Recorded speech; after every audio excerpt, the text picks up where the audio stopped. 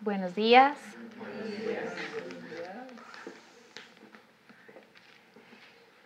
Bueno, qué bien que ya estemos en esto de la tecnología, porque ya era hora de que muchas personas tuvieran oportunidad de escuchar la palabra, de ver los videos y de estar en esta nueva dimensión que nos ha tocado vivir, pero que somos grandemente bendecidos. Entonces vamos a comenzar. Antes de comenzar, para empezar este tema, este día, bueno, bienvenidos a todas las personas que hoy están visitándonos por primera vez, primero a los de casa y a las personas que hoy nos están visitando por primera vez. Dianita, hace rato no te veíamos. Qué rico que estén aquí. Voy a empezar contando una historia que llamó muchísimo mi atención cuando estaba leyendo y preparando este tema, y se trata de un hombre en Inglaterra en los Estados Unidos llamado el general William Booth. El general William Booth y su esposa Catherine fueron los fundadores de una organización en los Estados Unidos que se llama el Ejército de Salvación Nacional. No sé si alguno ha tenido la oportunidad de escuchar acerca de esta organización, pero hoy día está en 127 países del mundo y es una organización muy grande. Estos fundadores fueron hombres o una pareja de misioneros prácticamente que entendió la necesidad de su época, y ellos se dedicaron a ayudar a los pobres y ayudar a los necesitados, no solamente pobres de dinero, sino también personas que de pronto fueran marginados por la sociedad, delincuentes, prostitutas y gente que, mejor dicho, la cueva de Adulán en pleno. Pero ellos dedicaron sus vidas a atender estas necesidades y se fueron extendiendo y fueron propagando su obra. Al final de sus días, más o menos en el año 1910, hicieron una convención en la Navidad y se reunieron de todos los países del mundo para celebrar el fin de año. Y ellos anhelaban conocer en persona al general William Booth. Pero a raíz de su salud, él no pudo asistir a esta convención. Entonces alguien le sugirió que por favor enviara un telegrama con algunas palabras que quizás las personas pudieran escuchar y ser alentados. Como el dinero escaseaba en ese entonces, ustedes saben que hoy no es como hoy día, ¿no? Hoy tú mandas un email y ya, pero un telegrama costaba mucho dinero, porque palabra por palabra te la cobraban. Yo sé que hay algunos que no saben qué es un telegrama. ¿En serio? Por ejemplo, Valeria está haciendo... No, ellas no son de la generación de los telegramas, pero sí eran unas cartas donde tú podías enviar y palabra por palabra te la cobraban. Entonces tendría que escribir él algo que fuera sustancioso y que fuera determinante para esta convención. Sin embargo, en su corazón decía, no puedo invertir una cantidad de dinero en palabras que van a llegar en un papel cuando ese dinero puede ser invertido en atender las necesidades de las personas. Así que él tuvo que pensar y decidió escribir una sola palabra. Una. ¿Cuál fue? ¿A alguien se le ocurre? Hola, dice Mauricio, SOS. Salvación. Bien. Llegó el día de la convención y anunciaron que el general no asistiría y todo el mundo sintió una gran decepción, porque viajaron de todas partes para escucharlo, para conocerlo, para tener un cara a cara con él. Pero al no ir, dijeron vamos a sacar un telegrama con las palabras y las últimas palabras antes de morir. Y esta fue la última palabra antes de morir. Abrieron el telegrama.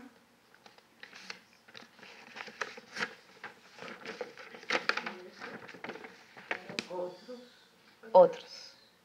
Fue la única palabra que él pronunció antes de morir y que quedó registrada en este telegrama. Una frase célebre que nosotros podemos recordar del general Booth es: la grandeza del poder de un hombre está en la medida de su entrega a otros. Amén. Amén. Vamos a orar, vamos a darle gracias a Dios por este tiempo. Padre, en el nombre de Jesús, Señor, Te damos gracias por este tiempo y por esta iglesia. Gracias, Señor, porque esta es tu casa favorita, así lo sentimos. Señor, te alabamos y te bendecimos y nos disponemos delante de ti para que tú hagas lo que tienes que hacer, Dios. Abre los ojos de nuestro entendimiento para traer tu verdad a nuestro corazón y permite que a partir de este momento, Señor, podamos aplicar y llevar a nuestra vida práctica la palabra de Dios que nos transforma la vida. Señor, manifiéstate en esta mañana como nunca antes lo has hecho. Queremos encontrarnos contigo. No queremos venir a recibir un mensaje bien elaborado. Queremos ser impartidos por tu Espíritu, Dios. Y nos disponemos de todo corazón para escuchar tu voz. Amén. Amén. Y amén. Bien. Estamos en el año 2017 y ya empezamos el segundo semestre. Algunas personas están con nosotros desde el comienzo del año, otras han venido llegando a casa, pero siempre por eso es bueno recordar algunas palabras que Dios nos dio al comenzar este año. Y este año Dios nos bendijo con una palabra profética, y es que el 2017 sería un año de cosecha abundante. Amén. 2017, año de cosecha abundante.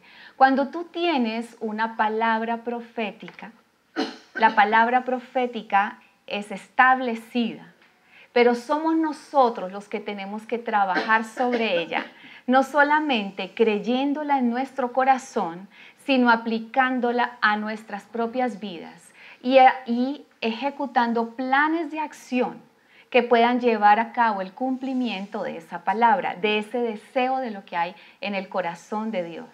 Por eso cuando tú no haces nada con respecto a una palabra y simplemente tú dices, lanzaron la palabra y yo estoy esperando que caiga esa cosecha abundante, ¿dónde estará que yo no la veo? Pero tú no haces nada al respecto, sencillamente no se cumplirá. Cuando tú tienes una palabra profética, esa palabra te marca destino. Y cuando una palabra te marca destino y tú no haces nada al respecto, le debes.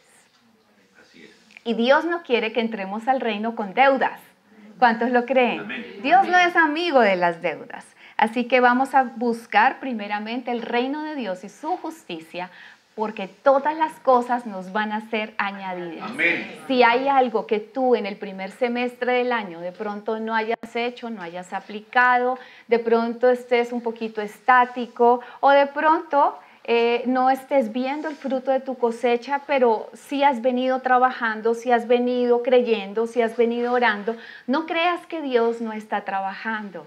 Es que Dios tiene su tiempo perfecto Amén. para cada cosa. Y ahorita, pues más adelante voy a contar algunos testimonios de lo que Dios está haciendo. Pero debemos confiar en que si Dios lo ha prometido, Él lo va a hacer. Amén. Primero porque nos ama y porque tenemos un Dios bueno. Amén. Juan 1, Evangelio de Juan 1:16. Esto es solamente para recordar algo que hemos venido aprendiendo durante todo este tiempo. Juan 1, verso 16.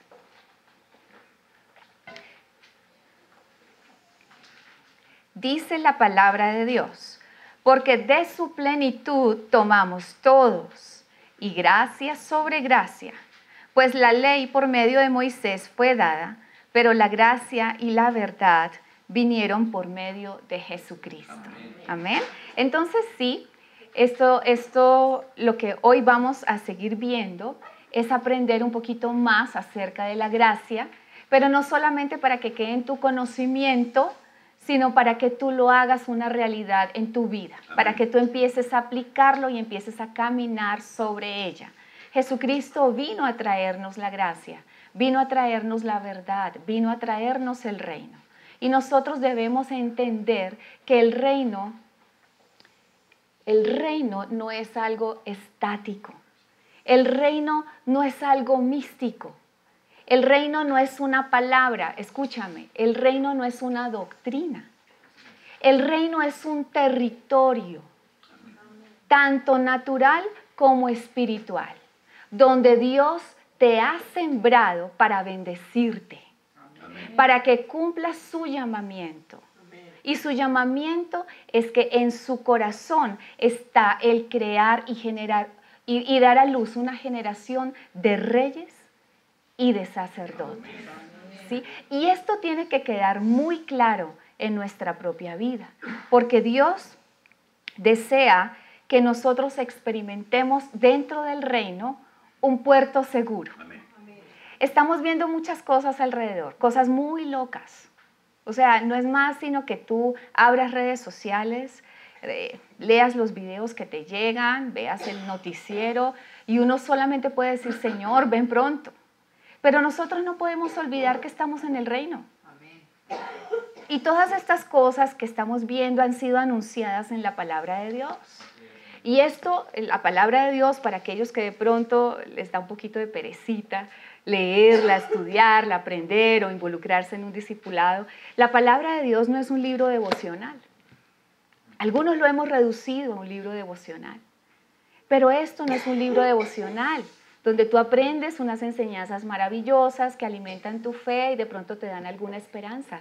Este es un libro de gobierno. Amén. Este es un libro que te da vida. Esto es una palabra que está vida para cambiarte. Entonces, para esperar una transformación. Entonces yo tengo que amar esta palabra y caminar sobre ella. El sistema del mundo es algo muy diferente a lo que nosotros estamos viviendo.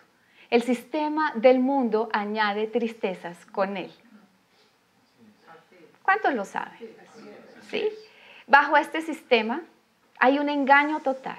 Todos nosotros, nosotros no porque estamos en el reino, pero muchas personas viven bajo un engaño en el sistema del mundo. Y en el sistema del mundo nos hacen ver lo malo como si fuera bueno y vivimos en una total esclavitud. El enemigo nos ha hecho caer en un sistema y ese sistema nos esclaviza. Y nosotros hemos visto esa esclavitud en medio de todo lo que nosotros llevamos de recorrido comparando nuestra vida con la palabra de Dios.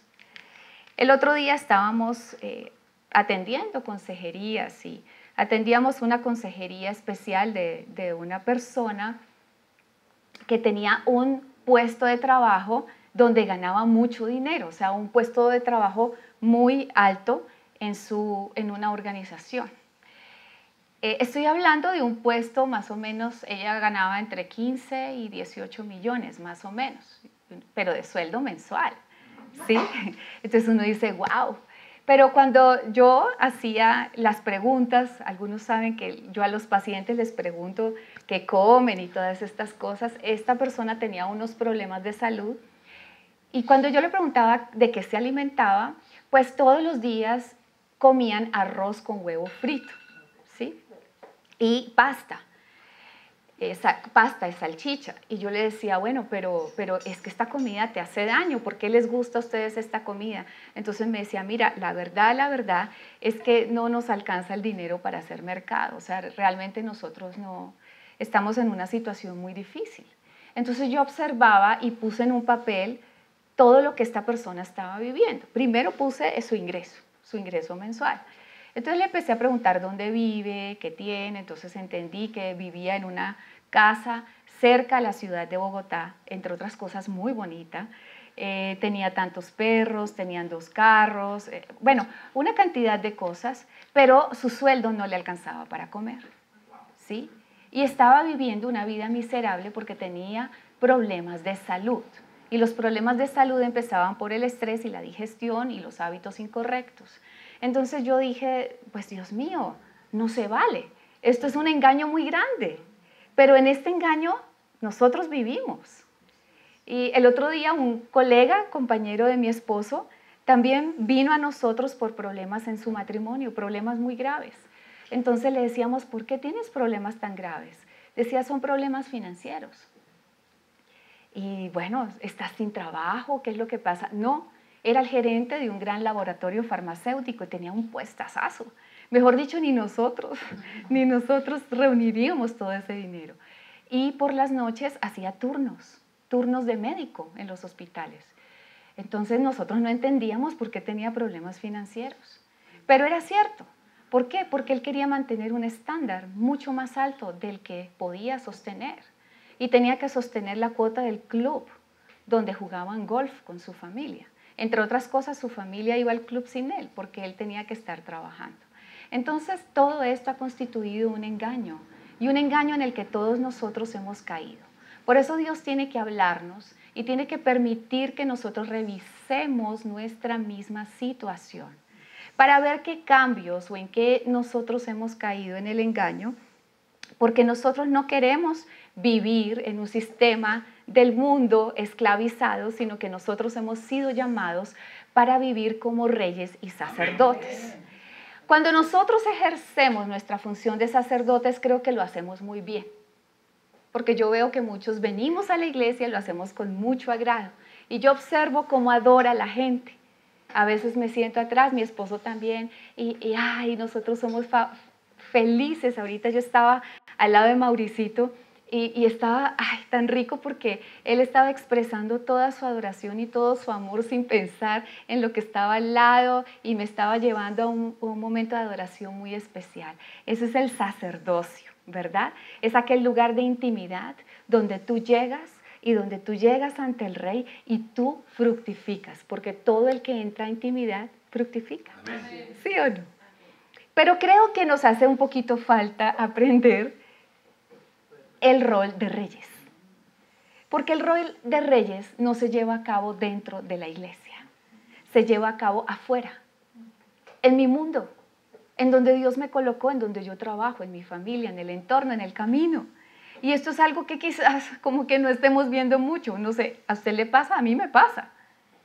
Bueno, solamente a mí. Entonces vamos a recordar algunos principios que Dios estableció desde el principio, y es algo que he venido hablando durante varias predicaciones, y es que Dios quiso bendecirnos, y cuando Dios creó al hombre, Él le dio un mandamiento, o un mandamiento con 5 extensiones. ¿Recuerdan cuáles son? Ok. Cuando el Dios crea al hombre, le dice, los bendijo Dios y les dijo, 1, fructificad, multiplicaos, llenad la tierra, sojuzgad y señorear. ¿De acuerdo? Entonces, estos son los principios que Dios estableció, o el propósito que Dios estableció para el hombre desde el Génesis hasta el Apocalipsis. Tú vas a ver exactamente los mismos principios. Pero hay uno en particular en el cual voy a referirme en esta predicación o en este tema, porque el plan de Dios es que nosotros fructifiquemos y que nos multipliquemos, que multipliquemos lo que Él nos ha dado, lo que Él ha establecido. Entonces, el sistema del mundo y el sistema del reino es muy diferente.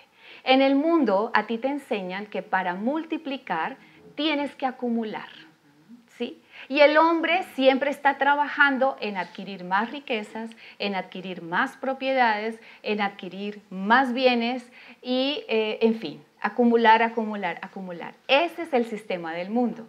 Pero en el reino es diferente, ¿sí? Aunque nosotros a veces no le hallemos mucha lógica, en el reino para multiplicar tienes que dar. Amén. El reino se mueve bajo un principio y es siembra y cosecha, ¿sí? Y nosotros, aunque esto no tiene mucha lógica, nosotros lo vemos desde el libro de Génesis. Génesis capítulo 1, si usted quiere me acompaña a Génesis capítulo 1, es muy sencillo de encontrar. Porque los principios de Dios son establecidos desde la creación. Génesis capítulo 1, verso 29, dice...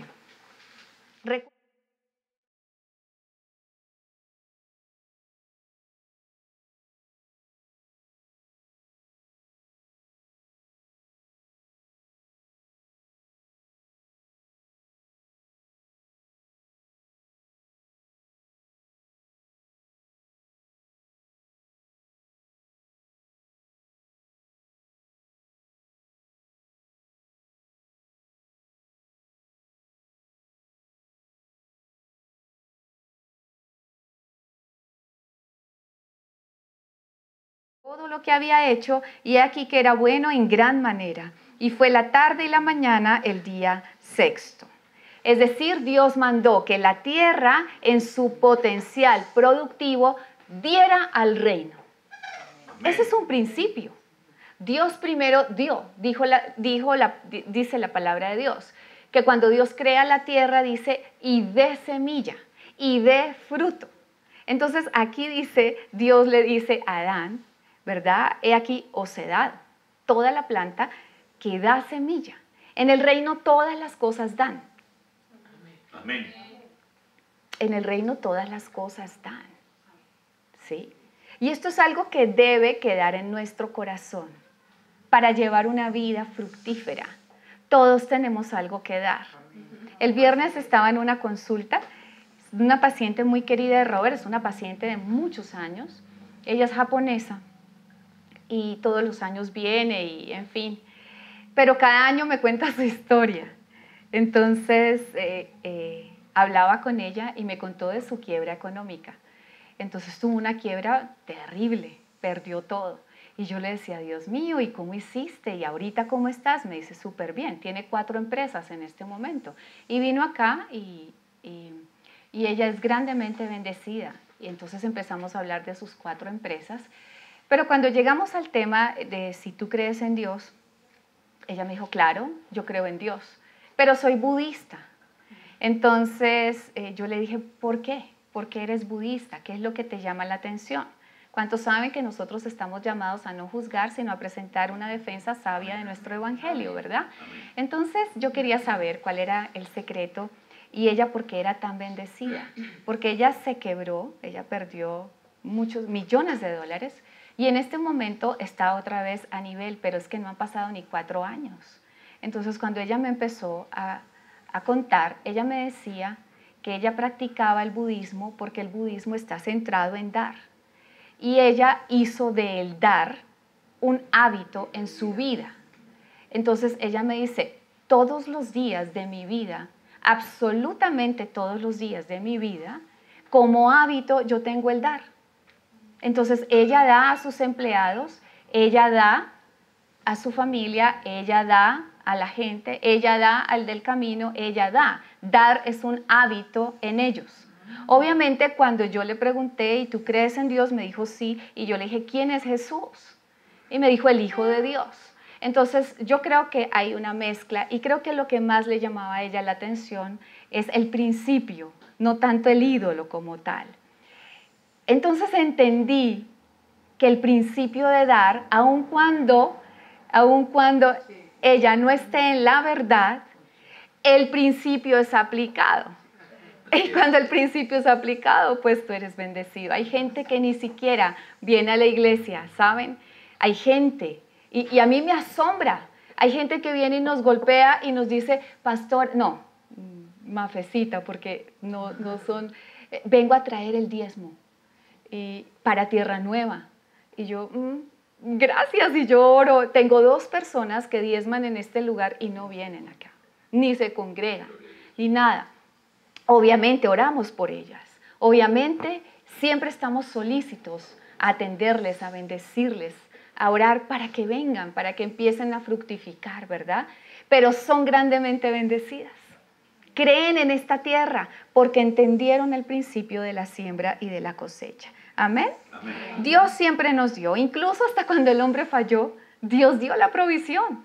Dios hizo un sacrificio, proveyó de unas pieles y se las dio al hombre. Dios siempre, siempre nos da y eso es lo que Él quiere que nosotros aprendamos. Entonces, si en el año 2017 es el año de la cosecha abundante, ¿sí? Y hasta el momento de pronto yo no he visto mucho esa cosecha, ¿qué tendré que hacer? Dar, sembrar. Si yo quiero una cosecha abundante, tengo que sembrar. Entonces vamos a abrir nuestra Biblia y vamos a señalar con un dedito, un papelito, lo que sea, allí en 2 de Corintios capítulo 9. 2 de Corintios capítulo 9. Si yo quiero cosechar abundantemente, ¿qué tengo que hacer?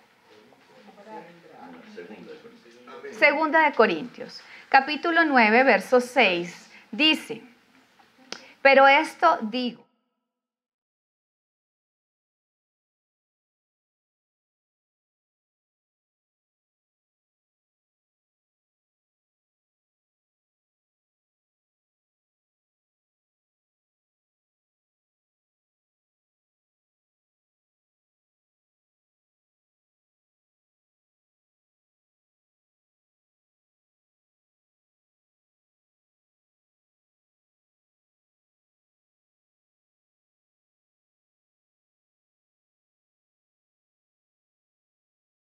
cajita?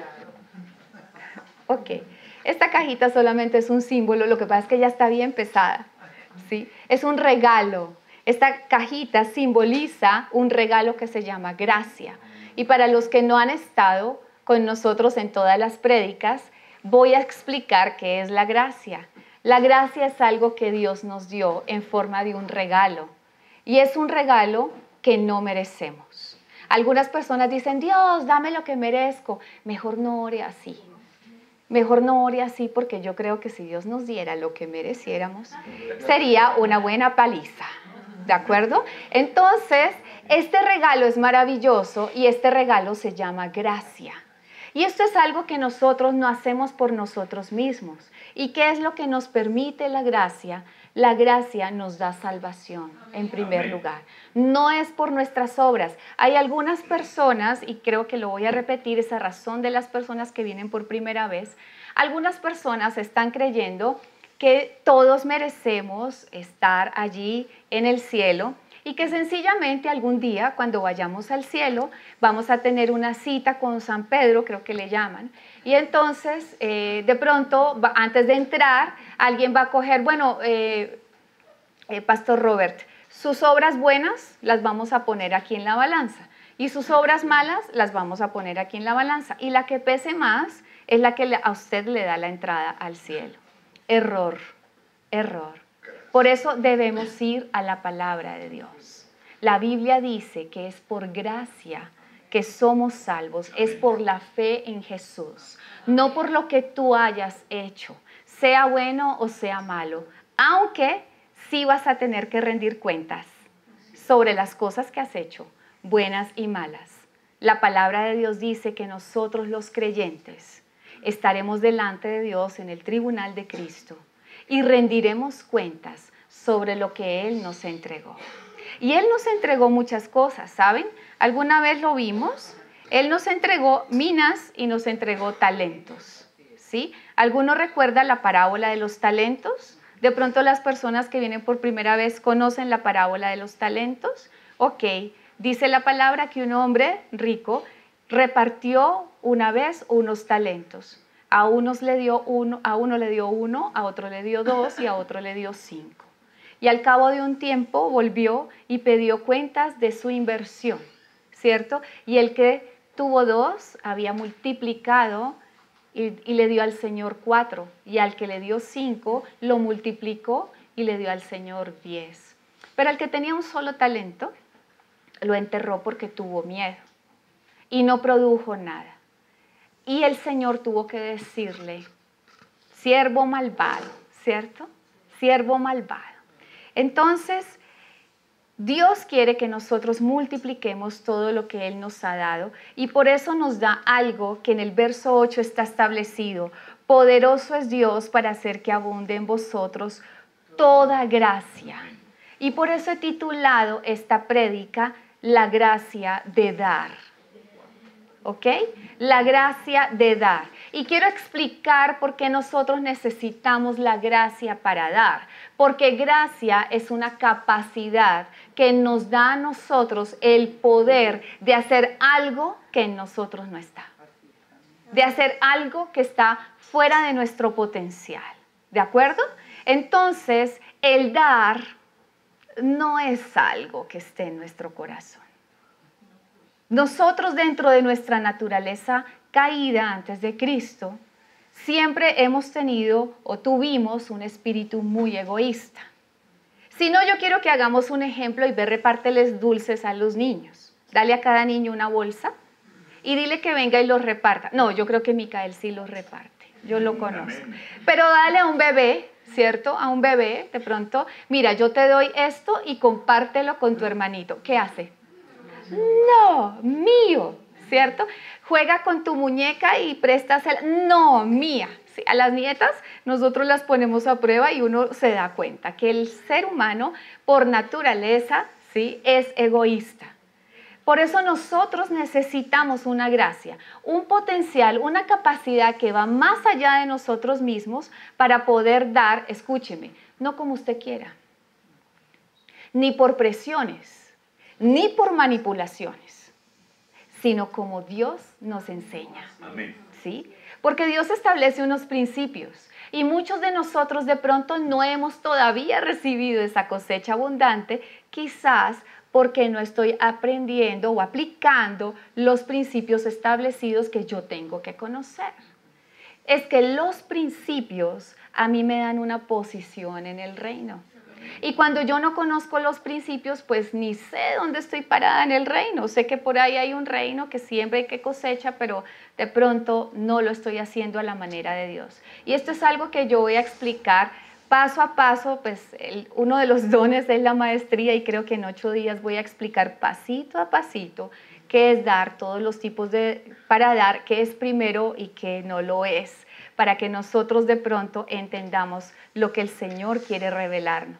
Recuerden que alguna vez una mujer tomó un frasco de alabastro muy costoso, lo rompió y lo ofreció a Jesús, ¿cierto? Como un sacrificio, como un acto de adoración. Y por allá el Judas está diciendo, si hubiera dado a los pobres.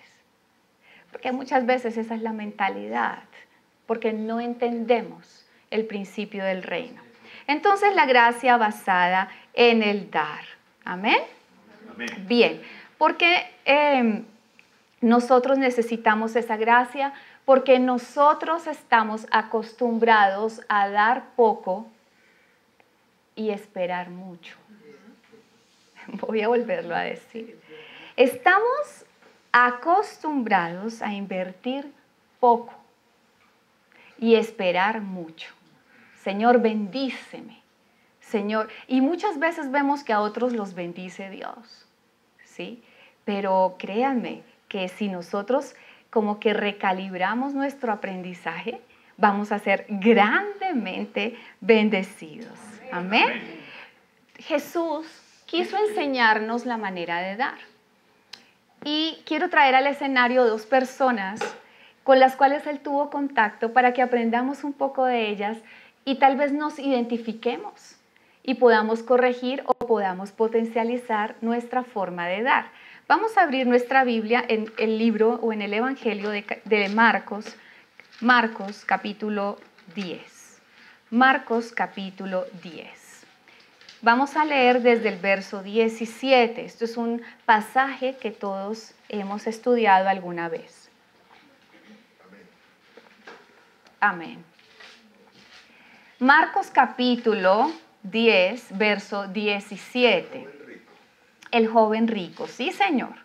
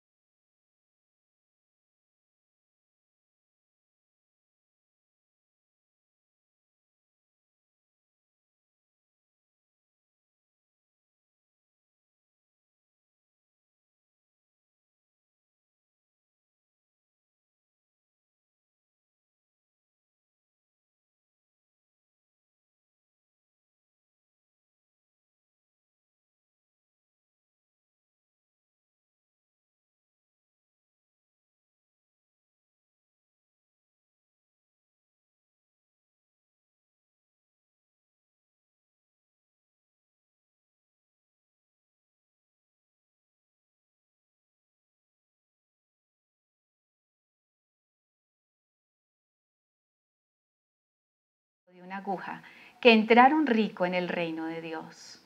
Ellos se asombraban aún más, diciendo entre sí, ¿quién pues podrá ser salvo? Entonces Jesús, mirándolos, dijo, para los hombres es imposible, mas para Dios no, porque todas las cosas son posibles para Dios. ¿Cuántos creen que todo es posible para Dios? Entonces, cuando yo analizo este pasaje, Muchas veces nosotros nos imaginamos y cuando escuchamos la historia del joven rico pensamos que, no sé, era un joven de la high, ¿sí? Seguramente estudiaba, no sé, en la universidad más prestigiosa y tenía sus riquezas y sus vestidos muy elegantes, pero yo aquí veo una escena completamente diferente. Yo aquí veo a un joven que él está corriendo hacia Jesús y se inclina, él se arrodilla delante de Jesús. Pero él le dice algo muy interesante. Le dijo, maestro bueno. Saben que cuando ustedes ven muchas personas que vinieron a Jesús, muy pocos se refirieron a Jesús como maestro. Generalmente los que se referían a Jesús como maestro tenían cierto nivel de tú a tú. ¿Sí? Nicodemo, por ejemplo. Pero el resto de la gente que venía a demandar algo de Jesús le decía Señor. ¿Por qué? Porque Señor tiene un significado que creo que nosotros no hemos entendido y que tiene una implicación muy seria en nuestra vida. Señor significa amo supremo de mi vida. ¿De acuerdo? Entonces yo puedo ver a Jesús y le puedo decir maestro. Es decir, bueno, tú eres un maestro bueno, pero no eres el amo supremo de mi vida. ¿De acuerdo? Pero ¿qué significa cuando yo le digo al Señor, Señor? Por eso es que algún día, cuando la puerta se cierre, escucharemos la palabra, Señor, en tu nombre echamos fuera demonios, en tu nombre hicimos esto, en tu nombre. Y Jesús dirá, no os conozco. No porque no hayas echado demonios o porque no hayas hecho esto o no hayas hecho lo otro. Es porque nunca conociste a Jesús como tu Señor. Porque muchos hemos querido venir a Jesús y conocerlo como Salvador, pero no como Señor. Y Señor es una palabra que aparece 7.800 veces en la Biblia, mientras que Maestro o Salvador aparecen muy poquitas. Creo que Salvador son 36 veces que aparece en la Biblia. Entonces, ¿dónde crees que el Señor quiere poner el énfasis? Y este fue uno de los errores del joven rico. Entonces Dios le tiene que decir, bueno, cumple los mandamientos. Y le menciona algunos, ¿verdad? No adulteres, no mates, no hurtes, no digas falso testimonio, no defraudes y honra a tu padre y a tu madre. Todo esto tiene que ver en su relación con los demás. Pero había una cosa que le hacía falta. Primero, el joven rico tenía un vacío muy grande en su corazón. Y creo que muchos de los que están llenos de cosas y tienen las respuestas de todo, tienen un vacío muy grande en su corazón. Porque solamente ese vacío lo puede llenar el Señor, ¿verdad? Decirle al Señor, mi Señor, es decir, Señor, yo quiero tener un corazón completamente rendido a Dios. Cuando yo le digo al Señor, tú eres el Señor de mi vida, es cuando yo pongo esta Biblia encima mío y yo digo, Señor, y yo voy a obedecer todo lo que aquí está escrito, independientemente de lo que yo piense o de lo que yo crea. Porque muchos quieren leer lo que creen y no creer lo que leen. Entonces Jesús tuvo que confrontar a este joven. ¿Qué le hacía falta? Los 3 primeros mandamientos hablan de su relación con Dios. No voy a entrar en esa materia, pero ustedes saben que a la luz de Éxodo 20 están los mandamientos donde Dios siempre se pone en primer lugar. Jesús quería decirle a este joven, es que yo no estoy en primer lugar, es que hay algo que tú tienes en tu corazón que ocupa un primer lugar y es por eso que tú no puedes experimentar que haya llenura, que haya un paso a una vida eterna, pero yo te voy a hacer un favor, ve y vende todo lo que tienes, ¿cierto? Y entrégalo a los pobres y ven y sígueme. ¿Saben que el joven rico tenía llamado de seguir al Señor? El gadareno no. Cuando el gadareno fue liberado, el Señor le dijo, Señor, quiero seguirte, llévame. No, ve y evangeliza, ve y muestra este testimonio, ve y hazlo. Pero el joven rico tenía llamado a seguir a Jesús.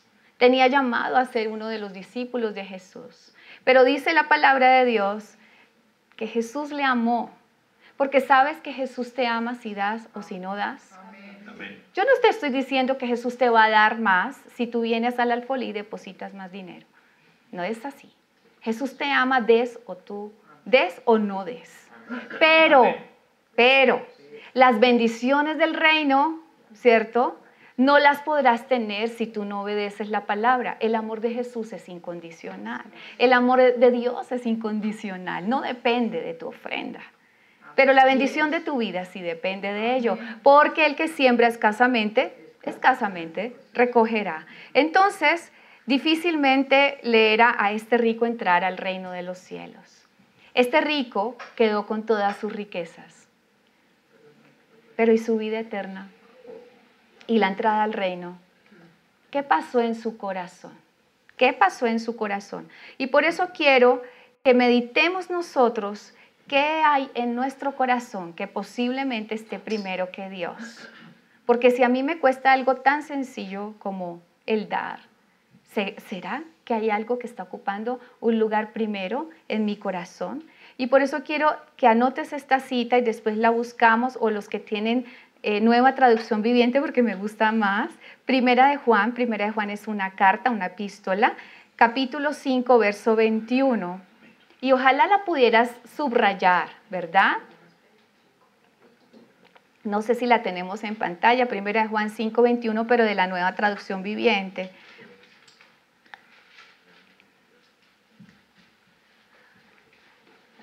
¿La tenemos? Dice, queridos hijos.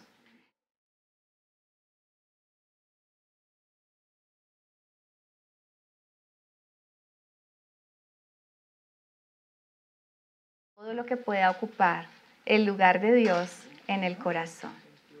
Esta fue la historia del joven rico, sí. Primera de Juan 5:21, si quieres toma nota y después lo miramos, porque ojalá esa palabra siempre esté por ahí bien, súper diferente, súper diferente. Bueno, lo que pasa es que los ídolos son aquellas cosas que ocupan un primer lugar en nuestro corazón y a veces creemos que los ídolos son solamente los muñequitos y los dioses y todas estas cosas. Entonces, es por eso que lo quise leer en esta otra versión.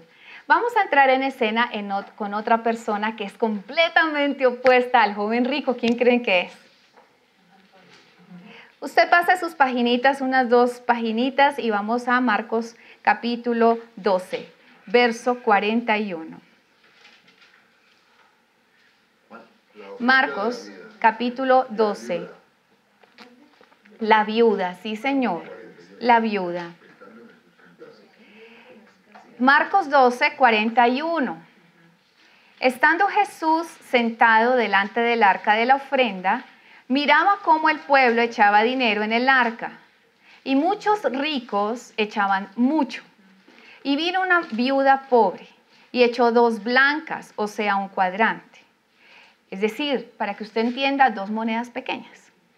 Entonces, llamando a sus discípulos, les dijo, de cierto os digo que esta viuda pobre echó más que todos los que han echado en el arca, porque todos han echado de lo que les sobra. Pero esta, de su pobreza, echó todo lo que tenía, todo su sustento. ¿Amén? Amén. Qué interesante, porque aquí a mí me gusta mucho este pasaje porque todas las cosas que Jesús hace son intencionales para darnos una enseñanza. Usted mire cualquier movimiento de Jesús, cualquiera, en cualquier pasaje, y usted ve que todos sus movimientos, todas sus palabras, todas sus acciones tienen algo intencional que enseñarnos a nuestras vidas. Hay algunas personas que a mí me dicen, no, yo sé que Dios mira el corazón y a Dios no le interesa cuánto yo doy. Sí le interesa. Sí le interesa. La intención del corazón. Pero mire, Jesús deliberadamente se sienta, o sea, él va al templo, ¿sí?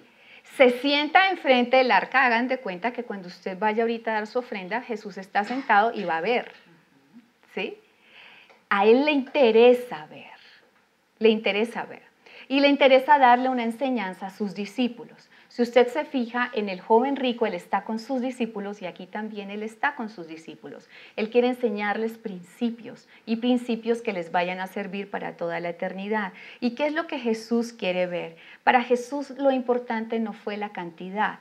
muchas personas venían y depositaban en el arca y hacían sonar las monedas para que todo el mundo dijera, uy, qué generoso. Pero Jesús lo que quiere resaltar aquí es el sacrificio y el compromiso de esta viuda, la obediencia de esta viuda. Y es por eso que Jesús lo resalta y él dice que todos han dado de lo que les sobra, pero ésta echó todo lo que tenía. A la luz de la palabra, el dar impidió la entrada del joven rico al reino de los cielos, el no dar, ¿sí? Y a la viuda el dar. Y aunque el joven rico tenía muchas riquezas y la viuda no tenía casi nada, ella dio todo lo que tenía. Entonces, ¿cómo tenemos que dar? ¿Cómo es que nosotros tenemos que dar? Yo les dije que señalaran con un dedito 2 Corintios capítulo 9 para que nosotros apliquemos algunos principios que vamos a complementar en 8 días sobre cómo debemos de dar. Voy a tener 2 Biblias aquí porque a veces una Biblia, un lenguaje me da una mayor claridad. 2 Corintios, capítulo 9, verso 6. ¿De acuerdo? Entonces, vamos a ver el primer principio. Verso 6 dice, pero esto...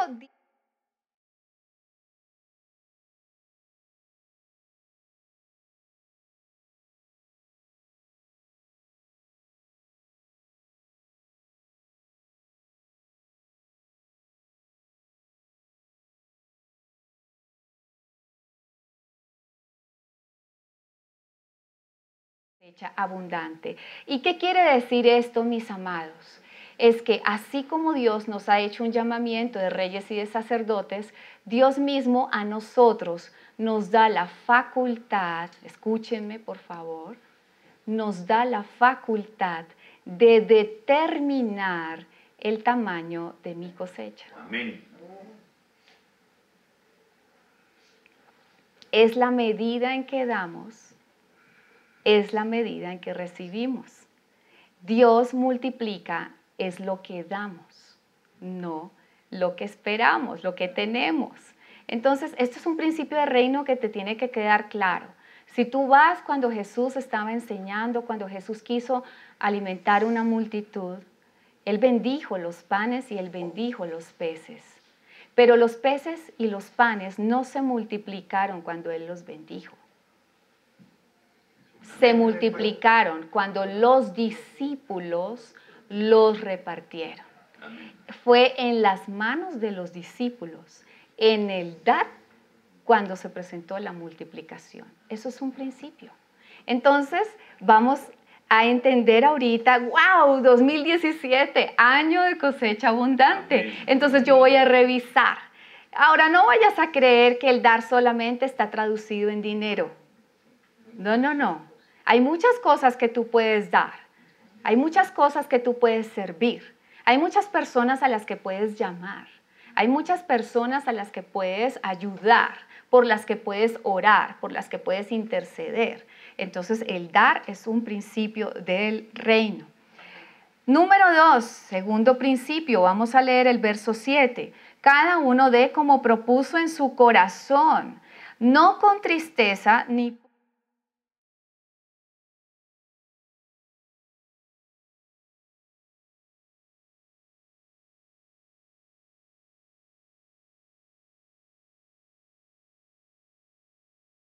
No den de mala gana ni bajo presión, porque Dios ama a la persona que da con alegría. Jamás actúes bajo una presión o una manipulación para dar. Y hay personas expertas en esto. Cuando yo doy, Dios mira mi actitud, ¿sí? Es mi actitud. Yo no doy mecánicamente. Yo lo doy con conciencia, yo lo doy intencionalmente. Entonces, esto debe ser un principio, no es solo la cantidad como la viuda, es la actitud de dar alegremente, lo que producirá una cosecha abundante. ¿Cuántos saben que cuando yo siembro, mi cuñado que es tan experto en la siembra, él tiene o sea, los mejores árboles que usted haya visto, pero se nota el amor, se nota la dedicación, ¿sí? La alegría de ver toda esa cosecha que él tiene en casa.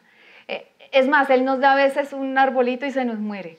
Entonces nos toca llevarlo al hospital que él tiene. ¿Por qué? Sus bonsai. ¿Por qué? Porque es la actitud, es el amor. Si una plantita nada más responde al amor, si el agua responde al amor, a la actitud, ¿cuánto más las cosas del espíritu? ¿Cuánto más las cosas del reino? Entonces, qué interesante es ver esto, ¿verdad? Cada uno dé como propuso en su corazón, no con tristeza. Dar es una expresión de nuestro carácter. A mí me causa curiosidad un pasaje que yo les confieso, no lo busquen, solo lo voy a contar. Y es cuando Elías tuvo una necesidad y Dios le dice a Elías, bueno, mira, yo te voy a alimentar en la casa de una viuda. Yo creo que el hombre se imaginaba la viuda, ¿cierto? Yo me imagino porque dirá, el hombre que la dejó, se murió y eso le dejó full mansión y todo, y él se fue feliz. Y cuando llega, encuentra a una viuda que se está muriendo de hambre. ¿Sí? La viuda solamente tiene un hijito. Y miren, o sea, miren qué curioso, él llega y le pide de beber. Y la viuda le dice, mira, yo tengo solo muy poquito, y él le pide de comer y ella dice, yo solo tengo un poquito de harina, la verdad voy a hacer un pancito, me lo voy a comer con mi hijo y me voy a morir. Y entonces el Elías, es que es bien tremendo este Elías, dice, mira, no tengas temor, ve y haz lo que yo te digo. Primero hazme a mí una pequeña torta debajo de la ceniza y tráemela. Primero como yo. Y después harás para ti y para tu hijo. O sea, calculen las cosas del reino, ¿no? Entonces, la actitud de ella fue ir y obedecer. Ella fue y le hizo la torta y se la hizo al profeta. Y vino al principio, la harina de la tinaja no escaseará, ni el aceite de la vasija disminuirá, hasta el día en que Jehová haga llover sobre la faz de la tierra. Y dice la palabra de Dios que comió él, que comió ella y su casa por muchos días. Actitud. Dios solo necesita actitud. Ah, que solo tienes en casa un poquito de harina, no importa, tráela. Mira la canasta, todos tenemos algo para dar. Esta canasta es sencillamente una semilla de amor. Quizás algunos la han recibido, otros no, pero tú puedes traer algo, un arroz, bueno, otro arroz. Hoy hay mucho arroz, aceite, veo lentejas, pero yo veo hasta champú, veo una cantidad de cosas. ¿Cuántos saben que podemos bendecir nuestra vida? Un bono de Sara, cualquier cosa. Eso es la pastora. Esta canasta de amor se reparte entre personas de la iglesia que nosotros nos dirija el Espíritu Santo, que la deben recibir. Lo que el Espíritu Santo diga, ¿sí? Algunos la han recibido y saben que es por obra del Espíritu Santo. Y esto me introduce a algo bien interesante y es el principio número 3, verso 8. Poderoso es Dios para hacer que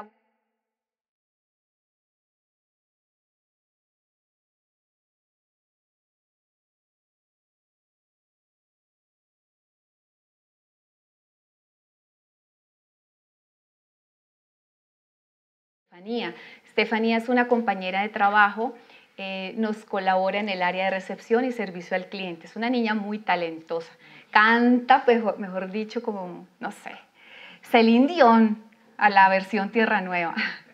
Pero es una niña muy, muy hermosa que hemos venido edificando, pero es una niña que está sola aquí en la ciudad. Ella es de Pereira y ha tenido una vida con muchos problemas.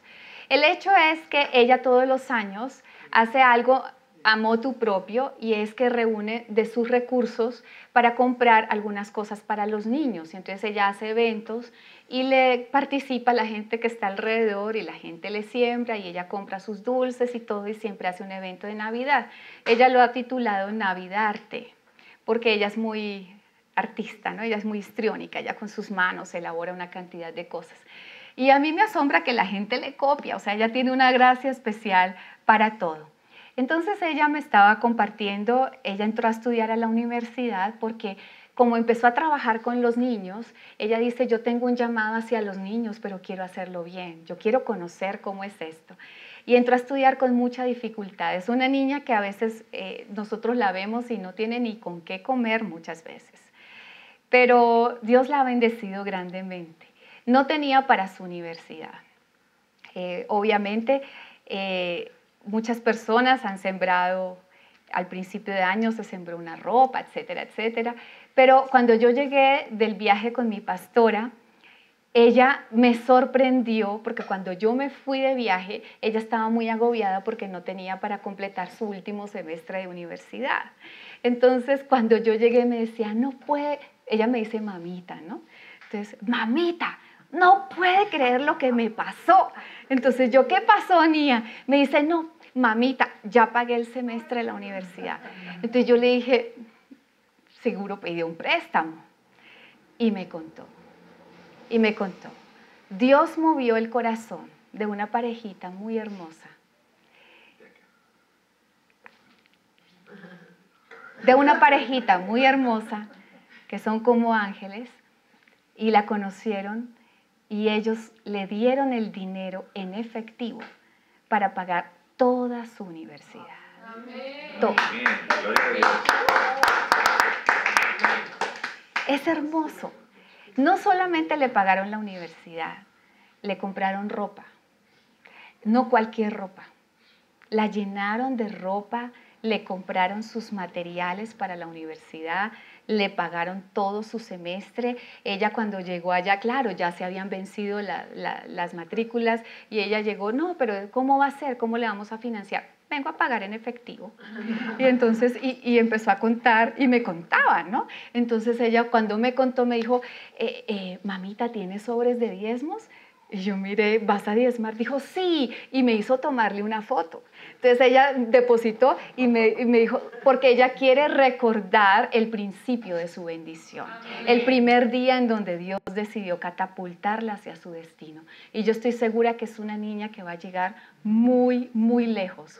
¿Por qué? Porque aún cuando estemos edificándola y estemos todavía en proceso. ¿Cuántos saben que estamos en proceso? Estamos en proceso, todos estamos en proceso, pero Dios, yo sé que con ese corazón generoso Dios la va a catapultar a lugares muy altos. Y con esto voy concluyendo. Dice la palabra de Dios, y escuche que esto es importante, verso 10. Y el que da semilla al que siembra y pan al que come, proveerá y multiplicará vuestra sementera y aumentará los frutos de vuestra justicia. ¿Amén? Amén. Creo que ayer me esculcaron mi caja de la gracia. ¿Alguien me saqueó? Sí. No, mentiras, ya. Bueno, esto es importante. Miren la caja de la gracia. Ok. Lo voy a leer de la Nueva Traducción Viviente para que lo entendamos muy bien. Dice el verso 10, pues Dios es quien provee la semilla al agricultor y luego, ¿ok? El pan para comer. O sea, Dios te provee en la gracia de dos cosas, siempre. Dios te da la semilla y te da el pan, ¿ok? El pan tú te lo comes, pero la semilla la inviertes, la siembras. ¿De acuerdo?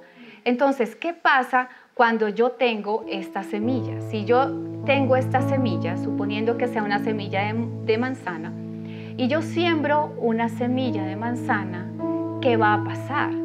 Pues voy a obtener una cosecha de manzanas, ¿verdad? Entonces, yo voy a tomar la cosecha de las manzanas, pero esta cosecha tiene semillas. Entonces, ¿qué pasa cuando yo tomo esta cosecha y siembro la semilla?